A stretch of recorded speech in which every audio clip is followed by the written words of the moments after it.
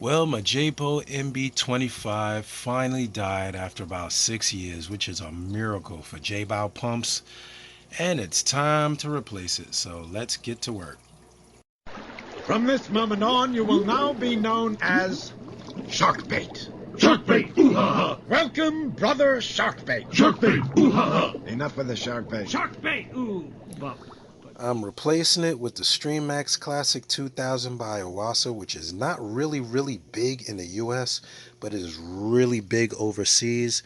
I don't want a lot of volume in that tank because the tank is relatively small. The good thing about the J-Bow is that I was able to dial it down, but since this pump is rated for about 530 gallons per hour, it may be way overrated for a little 20-gallon nano reef. But let's get it set up and see how it performs. Well, right out the box, you'll just notice that it's a little bit larger than the J-Bow. You can see the J-Bow there without the mount next to the oase.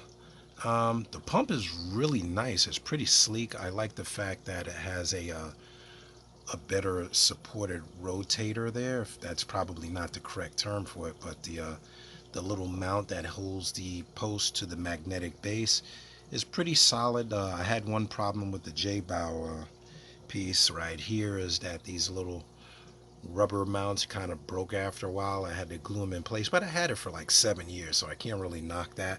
Only good thing that I will say, and I haven't noticed it until I plug it in, is that the J-Bow's rubber mounts absorbed a lot of the noise. You didn't hear the pump running. I'm hoping since this is not rubber that these little pieces here on the side that hold it here, these little pieces right here support it and don't make a lot of noise. So I'll get it plugged in. It's pretty nice. It's pretty sleek. Basic little pump. It looks well made. Let's get it in the tank and see if it's too strong. Hopefully it's just enough to push this tank. Like my little nano 20 gallon. It's only about 30 inches long. So let's get this baby turned on and see what's what.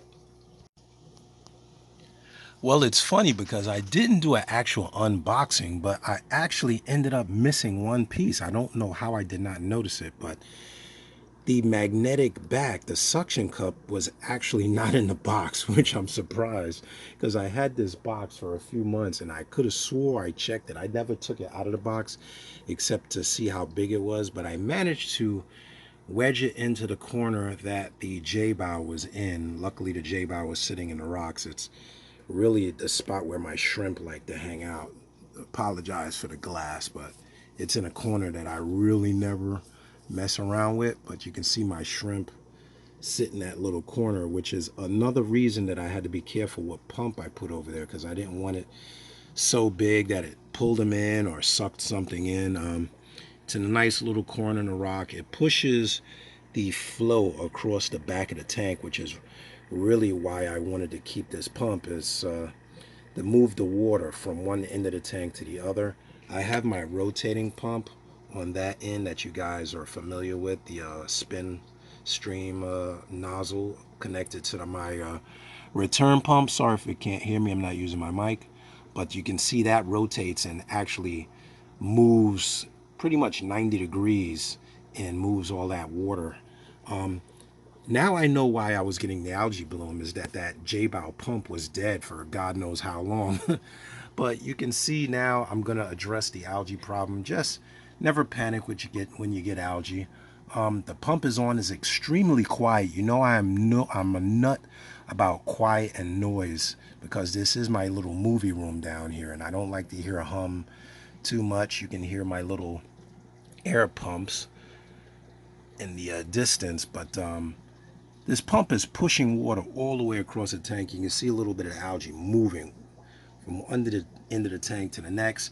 Actually, my frog spawn is moving and starting to open up, which it wasn't doing. And now I know why this algae started spurring up out of nowhere. Is that pump had died and I hadn't noticed it. We get busy in life. You know, we get busy and don't notice things. And the pump's kind of one of those things you really don't worry about until it's broken. But for the most part, as far as a review, it's a really simple pump, easy to set up. Well, not a pump, but a power head. It's really easy to set up, absolutely quiet.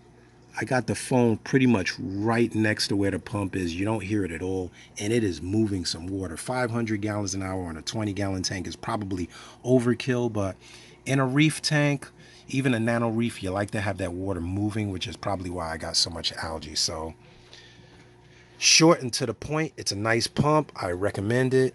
It'd be good if I actually wasn't missing that component, but what are you gonna do? Things happen. I'm not gonna take it back now because I need a pump. Maybe I'll reach out to oase and see if I can order that piece.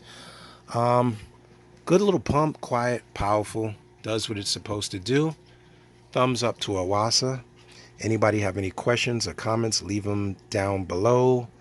And another quick review. This one quicker than most and nice and short. So this is D. Click that subscribe button. If there's anything else you got questions about, let me know, because sharing is caring. From then on, I will leave you with that. See ya.